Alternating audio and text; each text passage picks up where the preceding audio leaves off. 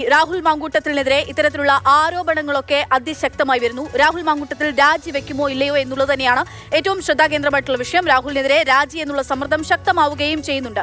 അങ്ങനെ രാഹുൽ മാങ്കൂട്ടത്തിൽ രാജിവെച്ചിട്ടുണ്ടെങ്കിൽ പിന്നെ എന്ത് എന്നുള്ളതാണ്. രാഹുൽ ഇപ്പോഴും കടിച്ചു തൂങ്ങുന്നു, സമ്മർദ്ദം അതിശക്തമാകുന്നു. ഉടൻ തീരുമാനമെന്ന് നേതാക്കൾ പറയുന്നു. രാഹുൽ മാങ്കൂട്ടത്തിൽ രാജിവെക്കുകയാണെങ്കിൽ പിന്നെ പാലക്കാട് ആര്? ഈ നിയമസഭാ കാലയളവിൽ മറ്റൊരു ഉപതെരഞ്ഞെടുപ്പിന് പാലക്കാട് സാക്ഷ്യം വഹിക്കുമോ എന്നുള്ളതാണ്. നമുക്ക് അത് പരിശോധിക്കാം. അതിന്റെ സാധ്യത, നിയമവശങ്ങൾ എന്താണ്? പാലക്കാട് നിയമസഭയിൽ ഒരു ഉപതെരഞ്ഞെടുപ്പിന് സാധ്യതയുണ്ടോ എന്നുള്ളതാണ് ഏറ്റവും പരമമായിട്ടുള്ള പ്രഥമ ദൃഷ്ട്യാ തന്നെ നമുക്ക് പറയാനാവുന്ന ഒരു കാര്യം എന്ന് പറയുന്നത്. ഒരു ഉപതെരഞ്ഞെടുപ്പിന് പാലക്കാട് നിയമസഭാ മണ്ഡലത്തിൽ നിലവിൽ സാധ്യത ഇല്ല എന്നുള്ളതാണ്. കാരണം, അതിന് പ്രധാനപ്പെട്ട കാരണങ്ങൾ എന്ന് നോക്കുകയാണെങ്കിൽ, അതായത് നിലവിൽ ഏതെങ്കിലും ഒരു മണ്ഡലത്തിൽ ഇങ്ങനെ ഉപതെരഞ്ഞെടുപ്പ് അത് പ്രഖ്യാപിക്കുകയാണെങ്കിൽ അവിടെ 6 മാസത്തിനുള്ളിൽ തന്നെ തിരഞ്ഞെടുപ്പ് വേണം എന്നുള്ളതാണ് ആവശ്യം. അപ്പോൾ ഇന്നിപ്പോൾ ഈ മാസം ഓഗസ്റ്റ് മാസമാണ്. ഇന്ന് രാഹുൽ മാങ്കൂട്ടത്തിൽ രാജിവെക്കുകയാണെങ്കിൽ 6 മാസത്തിനുള്ളിൽ തെരഞ്ഞെടുപ്പ് അവിടെ നടക്കണം.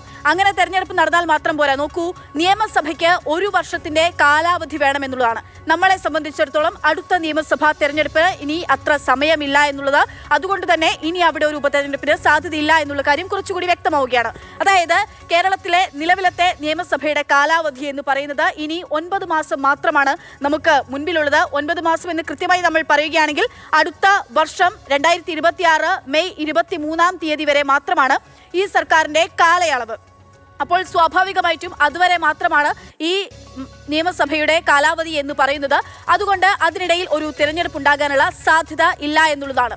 ഇനി ജനപ്രാതിനിധ്യ വകുപ്പ് 151A വകുപ്പ് പ്രകാരമാണ് ഇത്തരത്തിലുള്ള നിയമങ്ങൾ. ആ നിയമത്തിന്റെ അടിസ്ഥാനത്തിലാണോ ഉപതെരഞ്ഞെടുപ്പ് പ്രഖ്യാപിക്കാറ്. മാത്രമല്ല, ഈ ഉപതെരഞ്ഞെടുപ്പ് പ്രഖ്യാപിക്കുന്നതിന്റെ മറ്റൊരു കാര്യം എന്ന് പറയുകയാണെങ്കിൽ, ഇങ്ങനെ ഏതെങ്കിലും മണ്ഡലങ്ങളിൽ ഇത്തരത്തിൽ തെരഞ്ഞെടുപ്പ് വേണം എന്നുള്ള നിർബന്ധം ഉണ്ടാവുകയാണെങ്കിൽ തന്നെ അത് തെരഞ്ഞെടുപ്പ് കമ്മീഷന് ബോധ്യപ്പെടണം എന്നുള്ളതാണ്. അങ്ങനെ തെരഞ്ഞെടുപ്പ് കമ്മീഷനെ ബോധ്യപ്പെടുത്തുന്ന ഒരു അസാധാരണമായിട്ടുള്ള സാഹചര്യം ഉണ്ടെങ്കിൽ മാത്രമാണ് 1 വർഷത്തെ കാലാവധി പോലും ഇല്ലാതെ ഒരു ഉപതെരഞ്ഞെടുപ്പ് എവിടെയെങ്കിലും നടക്കാനുള്ള സാധ്യത ഉണ്ടാവുക എന്ന് പറയുന്നത്. ഒപ്പം തന്നെ തദ്ദേശ തെരഞ്ഞെടുപ്പ്, നമ്മളെ സംബന്ധിച്ചിടത്തോളം തദ്ദേശ തെരഞ്ഞെടുപ്പും ഇതാ തൊട്ടു മുൻപിൽ വന്ന് നിൽക്കുകയാണ്. പാലക്കാട് ഏതെങ്കിലും തരത്തിൽ തദ്ദേശ തെരഞ്ഞെടുപ്പ് നടക്കുകയാണെങ്കിൽ, അതായത് നിയമസഭ വീണ്ടും ഉപതെരഞ്ഞെടുപ്പ് നടക്കുകയാണെങ്കിൽ അത് തദ്ദേശ തെരഞ്ഞെടുപ്പിന് ഒപ്പം നടത്തേണ്ടി വരും. അപ്പോൾ ജനങ്ങളെ സംബന്ധിച്ചിടത്തോളം തിരഞ്ഞെടുപ്പ് ഒരു ബാധ്യതയായി മാറാനുള്ള സാധ്യതയുണ്ട്. അതുകൊണ്ടും ഒരു തെരഞ്ഞെടുപ്പിലേക്ക് നീങ്ങാനുള്ള സാധ്യതയില്ല.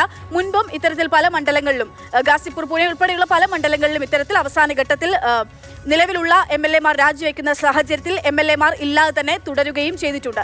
നിലവിലിപ്പോൾ ഒരു ഉപതെരഞ്ഞെടുപ്പിലേക്ക് പാലക്കാട് നീങ്ങേണ്ടതില്ല, അഥവാ രാഹുൽ മാങ്കൂട്ടത്തിൽ രാജിവെച്ചാൽ എന്നുള്ളതാണ് BJP ഉൾപ്പെടെയുള്ള പാർട്ടികളുടെ ഈ വിഷയത്തിലെ പ്രതികരണം എന്ന് പറയുന്നു. അതുകൊണ്ട് തന്നെ എന്തായാലും ഇത്രമാത്രം മനസ്സിലാക്കിയാൽ മതി, രാഹുൽ മാങ്കൂട്ടത്തിൽ രാജിവെച്ചാലും പാലക്കാട് എന്തായാലും ഒരു ഉപതെരഞ്ഞെടുപ്പിനുള്ള ഒരു സാധ്യതയുമില്ല.